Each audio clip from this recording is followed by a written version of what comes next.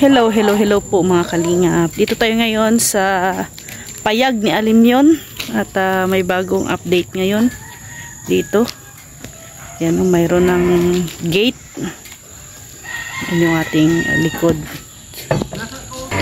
So yan may gate na po dito sa harapan. Payag ni Alimyon. Ang dito ay wala pang kuryente, di pa dumating. Ito yung main gate. So safe naman siya. Kalsada, tabing kalsada lang to. Yan kalsada na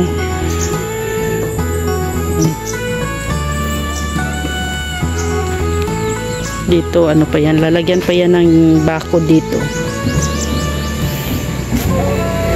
Hindi pa po tapos ang bakod.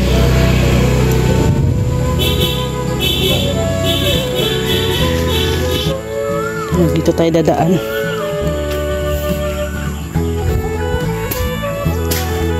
Update dito sa loob. Kasi malapit na nila itong lilipatan. Si Kuya Brooks. Magandang hapon, Kuya Brooks. Ay. Ilipat yung hollow block. Para saan yung hollow block, Kuya Brooks? Ay, saan mo gagamitin to? Yung gagawin na liguan ni Liguan daw ni Alimyon. Liguan ni Alimyon? Parang maliit lang batab-batab. Batab. Dito, sa banda dito. Sa likod, dyan. Yan, kaya may sobra siya. Kaya may hollow block. Para saan yun, gagawin niya? Ay, meron palang sariling swimming pool si Alimyon. May sariling swimming pool dyan daw po. Gagawa dyan. Malinis na siya. Tinan mo, maganda na yung bakod. Yan, may bakod na dyan.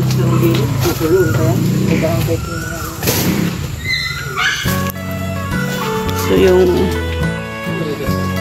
kwarto.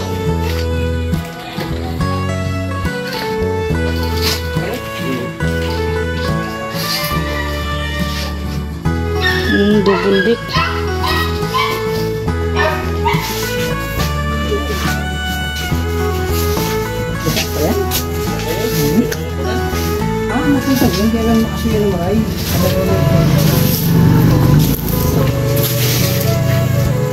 Bibi Alimyon, pool ka pala. Gagawan ka ng swimming pool. Ay, grabe. May swimming pool si Bibi Alimyon na. Swimming pool ka daw. May swimming pool. Para sa kanya. Sana all. Sana all may swimming pool.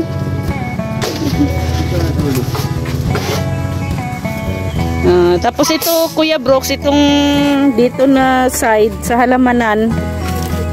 Dito yung itong ng kamote kung tawagin at magugulay nga natin to. Maaring matanggal siya dyan dahil dyan nilalagay yung bahay. Wala yatang laman kasi laging kinukuhaan. Mura pa din. Pero kukuha ko ng itatanim ko dito banda. Kasi di naman tamaan to para sa pang araw-araw. Ayun, may kamatis. May kamatis at saka dyan kamatis, ayan. Makukuha pa natin yan bago. Sili green.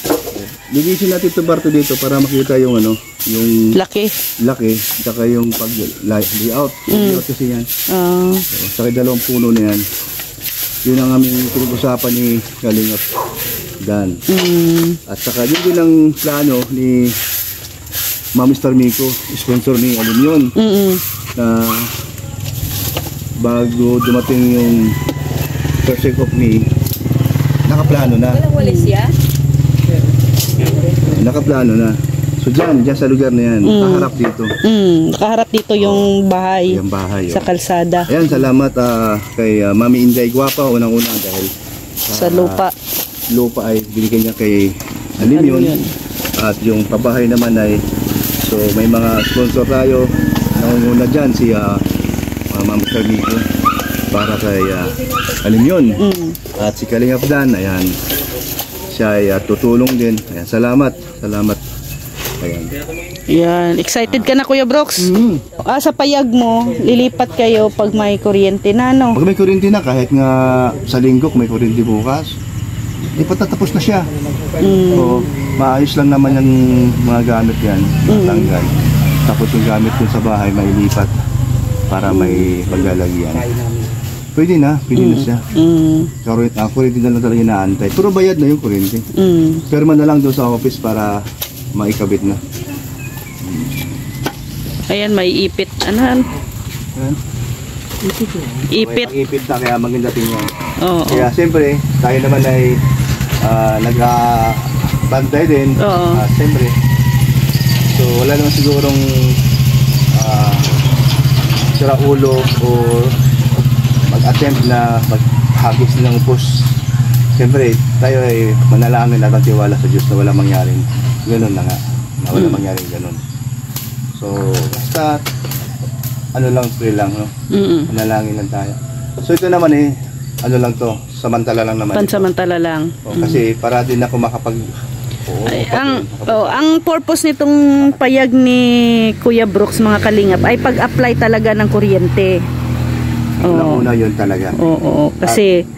Kasi pag konkreto daw ang ipapagawa, madaming requirements. Unang-una na dyan, ang building permit. Totoo yun. Mas may mga engineer pa. Kaya yung unang pabahay ko, doon sa kabilang bahay, doon kasi may nakakabit na ron. Hindi naman yun, parang din yun Parang kubo-kubo din bahay niya, di ba? Kaya nakamura din. Yun ang purpose dito. At saka, payag muna. Yun.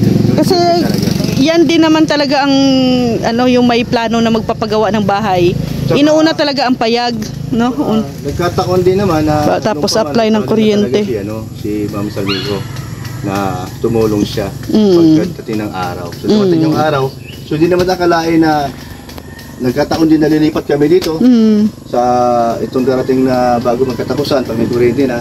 So ito naman ganito na nagawa dahil din kay Mami Inday. Siya din gustong ito na kami lilipat. Salamat kay Mami Inday talaga. So siya ang naging dahilan bakit kami lilipat dito. So yun na nga, para naman sa loob hindi makita yung pawid at tututukin ni Alimyon sigurado, kaya mayroong double walling. Plywood. Kita mo naman maganda naman. Double walling nga. Siyempre, safety tayo dyan. Tapos mayroon na tayong bakod sa labas. Ginagawa naman nila yung kawayan. So, presko ba? Presko sa mata, presko sa init, kahit na sobrang init sa labas. Pagpasok mo dito, hindi mo maramdaman yung init o di ka papawisan kasi hindi tumatagos yung init sa loob. Oo nga. Pero kung yero yan, talagang mainit. Kaya ang ginawa natin talaga, pawid. So maraming purpose. Pawid. Bakit pawid? Para makita nung kanuriko ba yung tawag doon? Karuniko. Kanuriko na yung nagkakabit ng kuryente na talagang pawid at kubo, payag. No? So yun po ang naging dahilan bakit kubo at bakit kami dito titira. Yun po ay samantala po sa ngayon dahil meron na po tayong pabahay na tapos para din kuya, para pag maumpisa na din yung bahay mo dito, at least nandito kayo. Mas makaalalay kayo sa karpintero. Mas mapaganda pa na taon. Ang ganda ng timing ba? Na di natin inasahan. At wala naman talaga doon sa plano na gano'n mangyari na si Ma'am Salmico na siya ay magpabahay kaagad. Kaya sa amin, galim yung naging dahilan. Tapos, yan, timing talaga na ditira kami dito. And then, may gumagawa, o di tulong-tulong tayo, lalo na sa mga pagkain nila. Para hindi sila masyadong hirap. So, ayan, aabangan natin yung ang dream house ni Kuya Brooks. Dito po yan, ipapatayo. At saka, sa channel po ni Kalingap Dan. Rhea. Madi, no? Madi. Ano man gusto? Maganda ba, Madi o Maricoy? Kahit ano. Yan. Si Kuya Brooks. ang tatay ni Alimyon. At siyempre, salamat din kay Kalingap Dan, no? So, suportado din ni Kalingap Dan ang pabahay ni Ma'am Star Miko dahil kay Alimyon, sa kanyang inaanak at sa kanyang kapatid. So, salamat Kalingap Dan na kusa mong binigay yung tulong or pagbibigay ng dagdag gastos doon sa materialis at inumpisahan ni Ma'am Star Miko. Thank you po Ma'am Star Miko at kay Mami Inday. So wala pong patid ang papasalamat habang buhay po. Yun po ang naging dahilan saan ang galing. Kaya wala po maging problema dyan. Yan. Sige. Salamat Kuya Brooks.